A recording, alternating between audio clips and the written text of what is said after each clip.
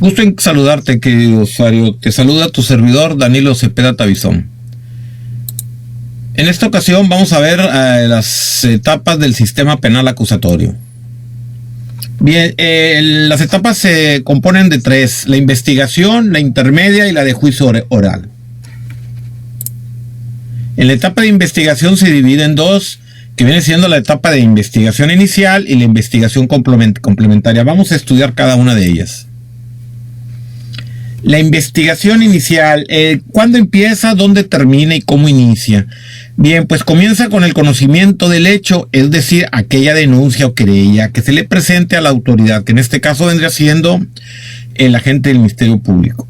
A través de la denuncia o querella, que puede ser formal o informal. ¿Qué significa informal o formal? Bueno, pues puede ser que una persona, la víctima, cuente con un abogado particular, lo acompañe con el agente del Ministerio Público y ya lleve escrita la denuncia, o que se presente directamente la víctima con el agente del Ministerio Público y le escuche y le dé trámite a la denuncia. La informal podría ser la denuncia anónima y abarca hasta el que el juez de control fija fecha para la audiencia, es decir, el agente del Ministerio Público, una vez recibida la denuncia y que encuadra en alguna de las normas que hay un delito, la posible de un delito, la posibilidad de que se haya cometido un delito, le tocará la puerta al juez de control para que fije fecha para la audiencia. Etapas del procedimiento están en el artículo contempladas en el artículo 211. Comprende las siguientes etapas. 1. La investigación inicial. Bueno, esa ya la vimos, y también comprende lo que es la etapa de la investigación complementaria en el mismo artículo 211.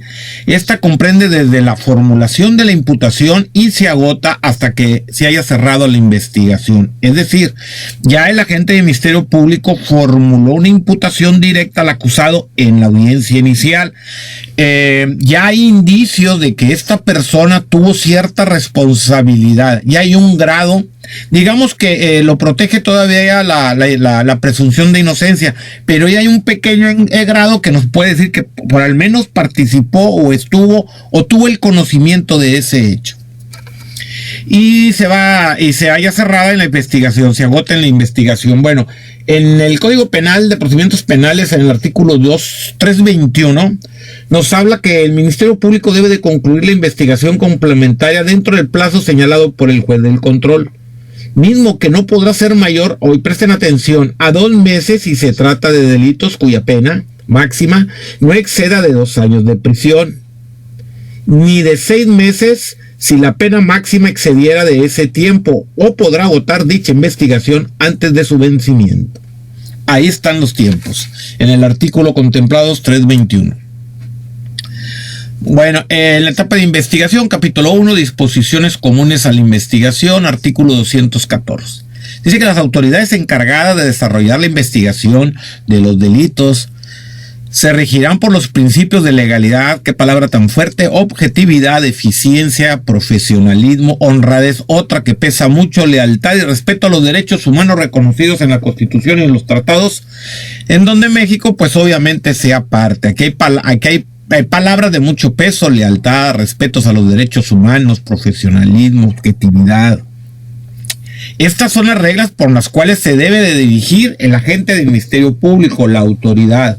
El representante de la sociedad, es decir, los derechos humanos, debe respetar la dignidad de la persona, el no al maltrato, a la tortura, la lealtad a su dependencia, a los mexicanos, la honradez, la eficiencia, la objetividad. Él debe ser muy objetivo, es decir, también se le debe tratar de inocente al culpable hasta que no se demuestre todo lo contrario.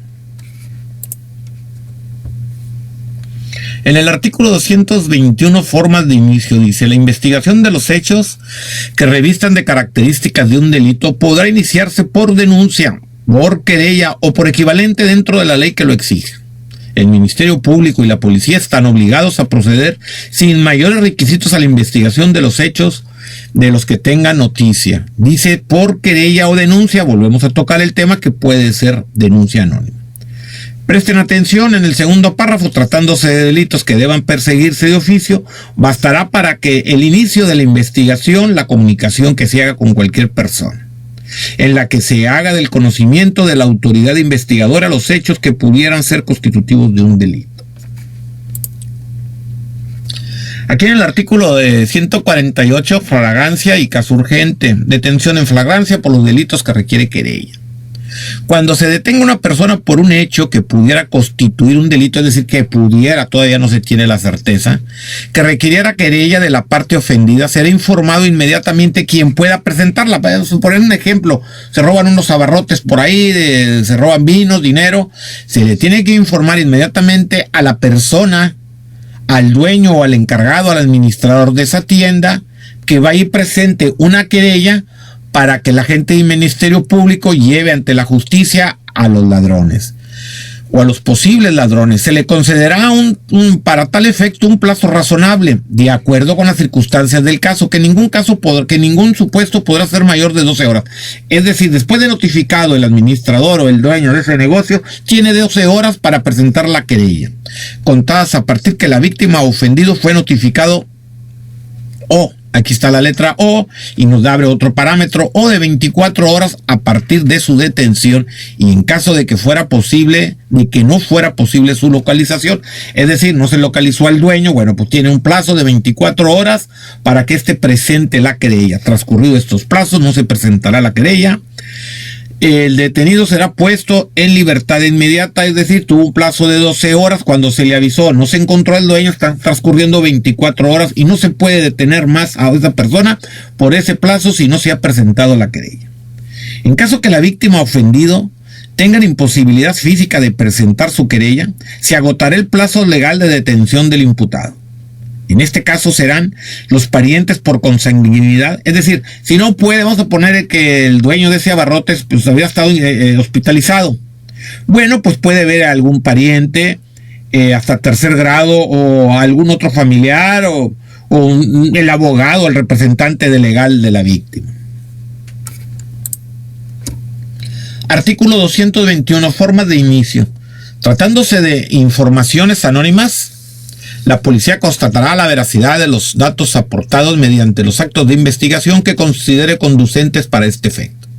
De confirmarse la información, se iniciará la investigación correspondiente, es decir, el agente del Ministerio Público recibe una llamada anónima, le tendría que decir a la policía investigadora, pues que vayan a ver si es cierto, si hubo un accidente, si hay un cuerpo sin vida, si hay un ahogado, etcétera, etcétera. Cuando el Ministerio Público tenga el conocimiento de la probable comisión de un hecho delictivo, cuya persecución dependa de querella o de cualquier otro requisito equivalente que deba formular alguna autoridad, presten atención, que deba de formular una autoridad, es decir, ya no el particular, la autoridad, lo comunicará por escrito de inmediato. A ver, un ejemplo, decomisan un carro con droga, el carro es americano, se informa que el carro no es robado, pero se le tiene que dar parte a las autoridades competentes, que en este caso me imagino que es la SAT, de que un ciudadano mexicano conducía un vehículo americano sin los permisos. Es decir, ahí la autoridad deberá de formular querella a esa persona por por haber introducido ilegalmente un vehículo a este país. Lo comunicará por escrito y de inmediato a esta, a fin de que resuelva lo que a sus facultades o atribuciones correspondan, las atribuciones para hacer saber por escrito al Ministerio Público de la transmisión que adopte. Es decir, después la SAT podrá presentar la querella o desistirse de la misma, pero el agente del Ministerio Público está obligado a dar vista a esas autoridades. El artículo 227, cadena de custodia, tema para abordarse en otro video. La cadena de custodia es el sistema de control y registro que se aplica al inicio de la evidencia, objeto, instrumento, producto del hecho delictivo, desde su localización, descubrimiento o aportación en el lugar de los hechos o del hallazgo hasta que la autoridad competente ordene su conclusión. Es decir, aquí debe de encuadrar la palabra mismicidad. Si encontramos un objeto, una pistola, un cuchillo, un martillo, debe de haber una cadena de custodia que sea la misma, el mismo objeto que se le recogió ahí en los hechos, en la escena del crimen, sea el mismo que se vaya a presentar. Inclusive hay procedimientos para levantar casquillos, las armas. El personal debe traer guantes y debe de ir vestido de una forma adecuada. Con el fin de corroborar los elementos materiales probatorios, la evidencia física de la cadena de custodia se aplicará teniendo en cuenta los siguientes factores: identidad, lo que decíamos, mismicidad, estado original, condiciones de recolección, preservación, empaque y traslado. Lugares y fechas de permanencia y los cambios en cada custodia que se hayan realizado, es decir, va pasando el instrumento, el objeto o la evidencia y tienen que firmar de mano en mano para que no se pierda esa cadena de custodia, puesto que algún abogado defensor por ahí le podría pegar directamente a la fiscalía. Bien, igualmente se registrará el nombre, la identificación de todas las personas que hayan estado en contacto con esos elementos. Técnicas de investigación, artículo 251, actuaciones de la investigación en que no requiere autorización previa del juez del control. No se requiere autorización. Bueno, pues la inspección del lugar de un hecho del hallazgo, la inspección de un lugar distinto de los hechos del hallazgo. Aquí un ejemplo, se me ocurre que en un parque encuentra una persona muerta, ese sería el hallazgo. Y un lugar distinto a él, pues sería que ahí estaba el vehículo de él. A una cuadra, pues también se puede investigar sin necesidad del juez de control. La inspección de personas, la revisión corporal, inspección de vehículos, los que le comentaba, el levantamiento e identificación de cadáver, la aportación de comunicaciones entre particulares, el reconocimiento personal. Seguimos con el mismo artículo. La entrega vigilada y las operaciones encubiertas en el marco de una investigación y en los términos que establecen los protocolos emitidos para tal efecto por el procurador.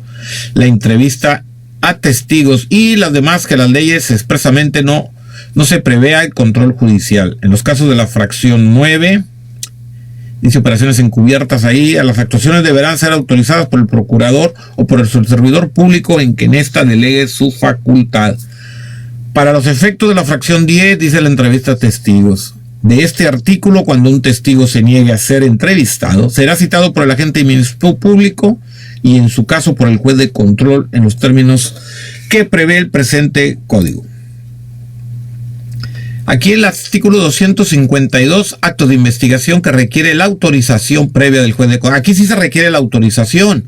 Sería, con excepción de los actos de investigación previstos en el artículo anterior, requiere de autorización previa del juez de control todos los actos de investigación que impliquen afectación a derechos establecidos en la Constitución, así como los siguientes: la exhumación de cadáveres, las órdenes de cateo, esas son vitales, la intervención de comunicaciones privadas y correspondencia. Actos de investigación que requieren la autorización, el artículo, repetimos, 252, la toma de muestras de flujo corporal, vello, cabello, extracciones de sangre u otros análogos cuando la persona requerida, excepto la víctima ofendido, se niega a proporcionarlo. La víctima ofendido, pues no están obligados a esto, o sea, a que se les hagan digamos, muestras de fluido, pero puede haber excepciones. El reconocimiento, examen físico de una persona cuando aquellas se niegan a ser examinadas y las que más señalen las leyes aplicables. Pues bueno, por su atención, muchas gracias. Si les gustó este audio, por favor, denle un like y compártenlo. Por su atención, muchísimas gracias.